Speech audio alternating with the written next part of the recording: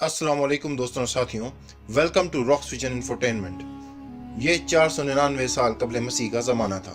दारियोश आज़म के ज़ेर साया पर्शियन एम्पायर अपनी ताकत के अरूज पे थी। पर्शिया की ये अजीम हुकूमत दरियाए सिंध और वस्ती एशिया से लेकर मिस्र और यूरोप तक फैली हुई थी। यूरोप में पर्शिया की सियासी और फौजी कुव्वत का असर इस कदर था कि मकदूनिया की यूनानी हुकूमत तक पर्शिया की बाज गुजार थी।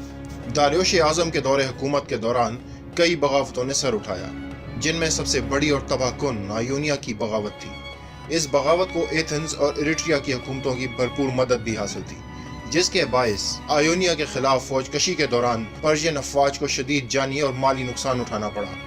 6 साल की तवील जद्दोजहद के बाद बिलाखिर 494 कबल मसीह में मुत्तहदा पर्शियन अफवाज ने जनरल डैटिस की ज़ेर क़यादत लेट की बहरी जंग में बागियों को बदतरीन शिकस्त से दोचार किया।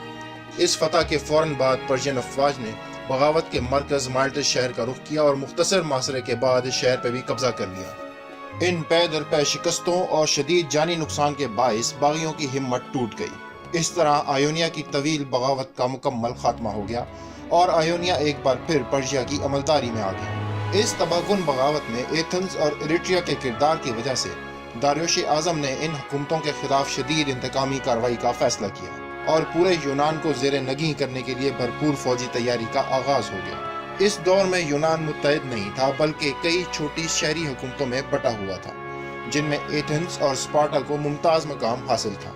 एथेंस के शहरियों ने 510 कबल मसीह में स्पार्टन फौज की मदद से अपने ही हाकिम हिप्पियस को माजूल करके जिलावतन कर दिया। आइकोनिया की बगावत के दौरान हिप्पियस पर्शिया के दारुल हुकूमत सूसा में मौजूद था, और जब दारियोश आज़म ने बगावत कुचलने के बाद एथेंस पर इंतकामन फौजकशी का इरादा किया तो हिप्पियस ने इसकी बेहद हौसला अफजाई की, और बिलाखिर जब 490 कबल मसीह में एथेंस और इरिट्रिया के खिलाफ फौजी मुहिम का आगाज हुआ तो हिप्पियस भी इस मुहिम का हिस्सा था। पर्शियन फौज ने जनरल डैटिस की ज़ेर कमान बहरा एजियन के रास्ते अपनी फौजी मुहिम का आगाज किया और सबसे पहले यूनानी जजायर सिक्लाडीस का रुख किया। इन जजायर पे कब्जे के बाद पर्शियन अफवाज बआसानी जजायर यूबिया तक पहुंच गईं और यहाँ से बिलाखिर इरिट्रिया के खिलाफ फौजी मुहिम का आगाज हो गया। पर्शियन अफवाज ने आगे बढ़कर इरिट्रिया शहर का मुहासरा कर लिया।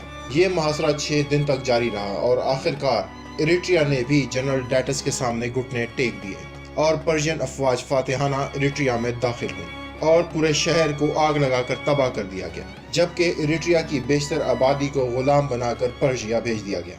इरिट्रिया पर कब्जा करने के बाद जनरल डैटिस की नज़र अब अपने अगले हदफ एथेंस पर थी। जनरल डैटिस ने अपनी अफवाज को समुद्री रास्ते से एथेंस की जानिब पेशकदमी का हुक्म दिया। पर्शियन अफवाज ने बहरा एजियन के रास्ते एथेंस की जानिब सफ़र का आगाज किया और मैराथन के कस्बे के करीबी साहिल पर पहुंच के पड़ाव डाला, जो कि एथेंस से महज 25 मील दूर है। उधर एथेंस को भी इरिट्रिया की शिकस्त और पर्शियन अफवाज की मैराथन के रास्ते यूनान आमद की इत्तला मिल चुकी थी। लिहाजा जनरल मिलिटारीज की ज़ेर कमान 11,000 होप्लाइट इन्फेंट्री पर मुश्तमिल एथेनियन फौज ने पर्शियन अफवाज का रास्ता रोकने के लिए मैराथन के मैदान की जानिब तेज रफ्तारी से पेशकदमी की और मैदान की तरफ से अंदरूनी यूनान की जानिब आने वाले दोनों रास्तों को बंद कर दिया। इन 11,000 होप्लाइट्स में प्लाटिया की जानिब से बतौर कुमक आने वाले 1,000 होप्लाइट्स भी शामिल थे। एथेनियन फौज के मुकाबले में पर्शियन फौज की तादाद 2 गुना थी, जिसमें 22,000 इन्फेंट्री, 3,000 तीरंदाज और 1,000 घुड़सवार शामिल थे। इन्फेंट्री में पर्शियन इमोर्टल दस्ते भी शामिल थे, जो कि अपनी जंगी महारत की वजह से जाने जाते थे। इनके अलावा बड़ी तादाद में मुसल्लह सेलर्स भी थे, जो कि बहरी जहाज़ों की हिफाजत पर मामूर थे। इस दौरान पर्शियन फौज भी एथेनियन फौज को मौजूद पाकर मैराथन के मैदान में अपनी सफबंदी मुकम्मल कर चुकी थी। मैदान जंग रेतला और दलदली होने के बायस घुड़सवारों के लिए गैर मौजू था, जिसकी वजह से जनरल डैटिस ने पर्शियन घुड़सवारों को वापस जहाज़ों में सवार होने का हुक्म दिया। अगरचे अब एथेनियन होप्लाइट घुड़सवारों के खतरे से महफूज थे, लेकिन जनरल मिलिटारीज को बखूबी अंदाजा था कि तादाद में दुगनी और मंजी हुई पर्शियन फौज से तीर अंदाजों की मौजूदगी में टक्कर लेना जानलेवा साबित होगा।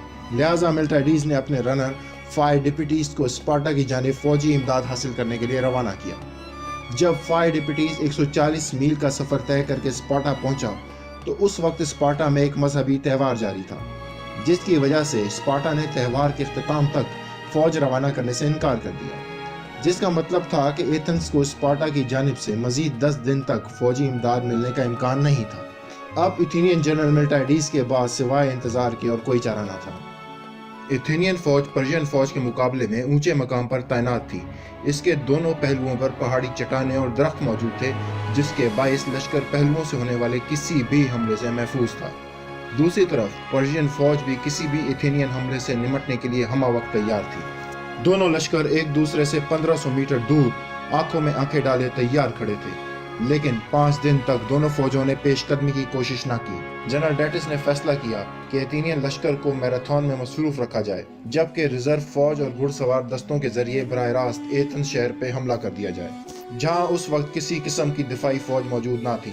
इस फैसले पर फौरी अमल हुआ और डैटिस रिजर्व फौज और घुड़सवार दस्ते लेकर बहरी जहाजों के जरिए केप सोनियन के रास्ते तेजी से एथेंस की तरफ बढ़ना शुरू हुआ। जनरल डैटिस की इस चाल का जनरल मिलिटाइडीज को फौरन ही पता चल गया। अब एथेनियन फौज को एक इंतहाई संगीन सूरत हाल का सामना था। ना ही एथेनियन पीछे हट सकते थे और ना ही इनके पास स्पार्टा का इंतजार करने का वक्त था। अब सिर्फ एक ही रास्ता था कि अपने से 2 गुना बड़ी पर्शियन फौज पर हमला कर दिया जाए। लेकिन पर्शियन फौज का फ्रंट इतना तवील था कि इससे मुकाबले के लिए जनरल मिलिटाइडीज ने अपने लश्कर को असर नौ तरतीब दिया। मरकज में मौजूद होप्लाइट दस्तों को अमूमी 8 कितारों से कम करके 4 कितारों की सूरत में तरतीब दिया गया, जबकि दाएं और बाएं पहलू के दस्तों को 8 कितारों की तरतीब में ही रहने दिया गया, ताकि साइड से होने वाले हमलों को सहारा जा सके, जिससे लश्कर निस्बतन कमजोर लेकिन तवील मरकज की हामिल फॉर्मेशन में आ गया और लश्कर की तवालत भी पर्शियन फौज के फ्रंट जितनी हो गई। बिल आखिर जनरल मिलिटाइडीज ने अपनी फौज को आगे बढ़ने का हुक्म दिया। एथेनियन फौज ने पेशकदमी का आगाज किया और तीर अंदाजों की मार की हद में पहुंचते ही पूरी कुव्वत से पर्शियन फौज की तरफ दौड़ लगा दी, जिसकी वजह से पर्शियन तीर अंदाजों के ज्यादातर तीर एथेनियन फौज के सरों पर से गुजर गए। एथेनियन होप्लाइट्स को इस कदर बर्क रफ्तारी से अपनी तरफ बढ़ता देखकर पर्शियन लश्कर शशदर रह गया और एथेनियंस पूरी कुव्वत से पर्शियन फौज से जा टकराए। इस तरह शदीद लड़ाई का आगाज हो गया। पूरा मैराथन का मैदान नेज़ों और तलवारों की झनकार से गूंज उठा।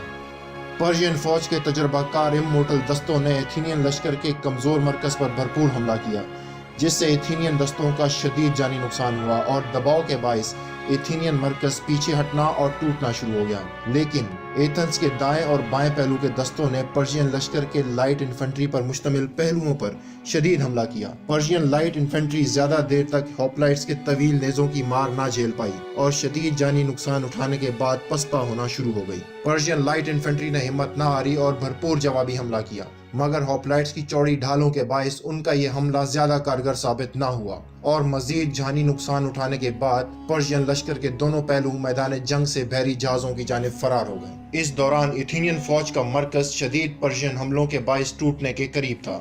जब पहलू के होप्लाइट दस्तों ने अपना मरकज खतरे में देखा तो यकदम पलट के पर्शियन फौज के मरकज पर शदीद 2 तरफा हमला कर दिया। इस अचानक हमले की वजह से पर्शियन मरकजी दस्तों का न सिर्फ शदीद जानी नुकसान हुआ, बल्कि पूरा लश्कर एथेनियन होप्लाइट्स के घेरे में आ गया। पर्शियंस दलेरी से लड़े और घेरा तोड़ने की सरतोड़ कोशिश की, मगर हर तरफ से यलगार करती एथेनियन फौज ने पर्शियंस को कामयाब होने ना दिया। बढ़ते हुए जानी नुकसान के बायस पर्शियन फौज के कदम उखड़ गए और बाकी मांदा दस्ते भी मैदान जंग से फरार हो गए। एथेनियंस ने भागती हुई पर्शियन फौज का पीछा किया और पर्शियन नेवी के साथ बहरी जहाजों पर भी काबिज हो गए। इस तरह महज 3 घंटों में एथेनियन फौज ने अपने से दुगनी पर्शियन फौज को बदतरीन शिकस्त से दोचार कर दिया। इस अजीम फतह की खबर देने के लिए 5 डिप्यूटीज नामी रनर को एथेंस शहर की जानिब रवाना किया गया। कहा जाता है कि 5 डिप्यूटीज बगैर रुके एथेंस पहुंचा और इस अजीम फतह की खबर सुनाते ही थकावट के बायस गिरकर इंतकाल कर गया। इसी वाक़े की याद में अब भी ओलंपिक्स खेलों में मैराथन रेस मुनक्किद की जाती है, लेकिन एथेनियन फौज के पास फतह का जश्न मनाने का वक्त न था, क्योंकि दूसरा पर्शियन लश्कर अब भी बहरी रास्ते से एथेंस की जानिब महवे सफर था। एथेनियंस ने फौरन मैराथन के मैदान से कूच किया और बर्क रफ्तारी से सफर करते हुए बर वक्त एथेंस जा पहुंचे। जब दूसरा पर्शियन लश्कर जनरल डैटिस की ज़ेरे क़यादत एथेंस के करीब पहुंचा तो एथेनियन फौज को सामने मौजूद पाकर फौरन ही वापस पर्शिया की जानिब लौट गया। एथेंस की इस अजीम फतह की वजह से पर्शिया की यूनानी मुहिम का खात्मा हो गया और यूनान तवील अरसे तक पर्शिया के मजीद हमलों से महफूज रहा।